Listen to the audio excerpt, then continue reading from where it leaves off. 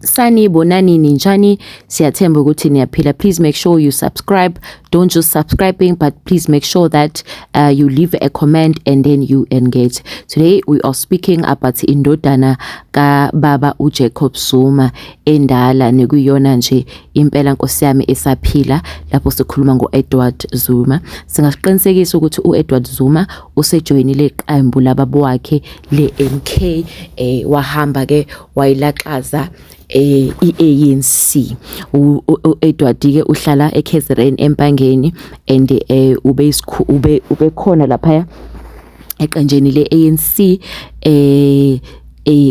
le province. Kodwa ke manje usedecide ukuthi cha, mina njengoba ngiyindodana yaloyo mongameli wethu Jacob Zuma ake ngimlaxaze lo khongolose bese ngizojoina iqembu kababa wami umkhonto wesizwe. Umnumzane Zuma ke uEdward igama lakhe kuthiwa wemukele nje kahle ubuholi beqembu ngolwesihlanu isithangameli beseshow. Ukufika kwaMnumzane Edward Zuma lapha kungenzeka ukuthi kufike nezinguquko eziningi. Kuthiwa njengoba sekube noMnumzane uPhumlani Mfeka wenjeje yabenguni kuthiwa obeselilaxazile leqembu waphuma ngisho nasesishamthethe eMgungundlovu.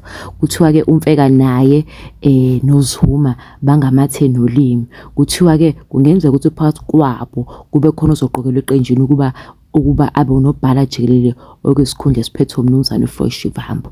uZuma ke noMfeka kuthiwa abayizwa nje indaba kaShivambu njengoba befuna ukuphuma.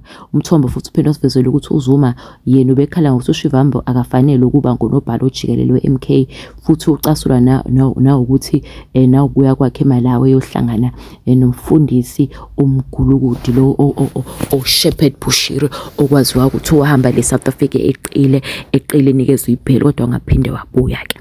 Kuthiwa ke nje waseyijoinele indodana kaZuma ke hayi kungenzeka ukuthi ke ihlangane nodadewabo uDuduzane bagongobele ngempela iqembu bese bethatha izinqumo eziqinile ngoba uDuduzane ngathena hayi uthe ukushona phansi, kanti ke phela abanye vele basayida noFloyd kodwa kubuye ngathi yena umuntu osemndenini lo ozokwazi ukuthi amele iqembu lababo wakhe.